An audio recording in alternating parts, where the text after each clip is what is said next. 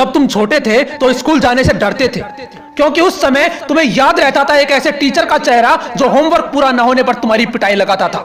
लेकिन आज समय बदल गया है, तुम बड़े हो गए हो, अब ना तुम्हें माँ बाप डांटते हैं ना ही टीचर। इसलिए ना तुम ठीक से पढ़ते हो और ना अपने उस फ्यूचर के बारे में सोचते हो जिसकी चिंता तुम नहीं तुम्हारे माँ बाप ज्यादा करते हैं। 5 मिनट किताब लेकर बैठते हो तो तुम्हें आलस आने लगते हैं। तुम जब किताब के पेज पलटते हो तो तुम्हें लगने लगता है कि तुम्हें तो सब कुछ आता है। और ऐसे ही एग्जाम के दिन नजदीक आ जाते हैं, तब तुम टाइम टेबल बनाने लगते हो और सोचते हो कि 15-20 दिनों के अंदर तुम एग्जाम फाइट कर लोगे। हो ही नहीं सकता, क्योंकि एग्जाम हॉल भी एक युद्ध का मैदान है। तुम्हारे कंपेटिटिव्स तुम्हारे दुश्मन है, तुम्हारा पेन तुम्हारी तलवार है। लेकिन कोई फायदा नहीं है, क्योंकि युद्ध जीतने के लिए सिर्फ हथियार काफी नहीं है, पहले युद्ध नीति बनानी पड़ती है जो तुम्हारे पास नहीं है, क्योंकि तुमने तो तैयारी की ही नहीं। और इसलिए जब एक दिन होता है एग्जाम का तो तुम्हें एग्जाम का डर सताने लगता है। याद करो अपने माँ बाप का मासूम सा चेहरा उस समय कैसा होगा जब उन्हें पता लगेगा कि तुम एग्जाम से डर रहे हो, क्योंकि तुमने सही से पढ़ाई नहीं की। आज नहीं तो कल तुम्हें एग्जाम तो देनी ही पड़ेगी। आज एग्जामिनर लेगा तो कल ऊपर वाला। अब ये तुम पर डिपेंड करता है कि तुम एग्जाम हॉल रूपी इस युद्ध के मैदान से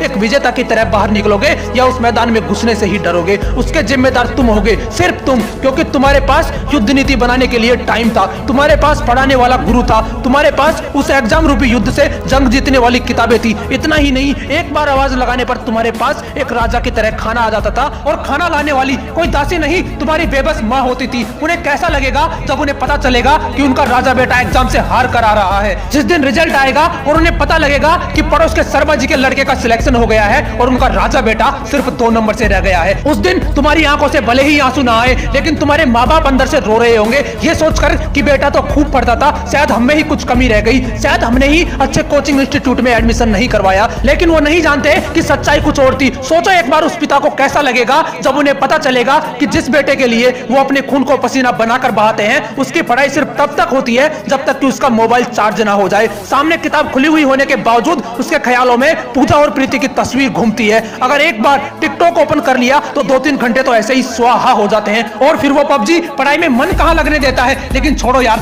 क्या फर्क पड़ता है तुम्हें इन सब बातों से। अगर फर्क पड़ता ना तो खून और पसीना किताबों पर ऐसा छपता कि टेबल बेड बन जाती, ना दिन का पता चलता ना रात का। पढ़ने के लिए किताबें कम पड़ जाती। जिस दिन एग्जाम होती तुम्हें एग्जाम का डर नहीं सताता, क्योंकि उस समय तुम अपनी एग्जाम के लिए बनाई हुई युद्ध नीति पर चलते और फिर एग्जाम हॉल से लूजर की तरह नहीं एक विनर की तरह बाहर निकलते। और जब तुम्हारा रिजल्ट आता तो पड़ोस के शर्मा जी के लड़के के साथ साथ तुम्हारा भी सिलेक्शन होता, तब तुम अपने माँ बाप को प्राउड फील करवाते। लेकिन तुमने अभी तक ऐसा किया नहीं है, पर कर सकते हो अपने लिए, अपने माँ बाप के लिए, अगर तुम चाहो तो। वीडियो अच्छी लगी हो तो इसे लाइक कीजिए, शेयर कीजिए, और ऐसे ही मोटिवेशनल वीडियोज के लिए मोटिवेशनल विंग्स को सब्सक्राइब कीजिए। मिलते हैं नेक्स्ट वीडियो में एक नए मोटिवेशन के साथ। जय हिंद, जय भारत।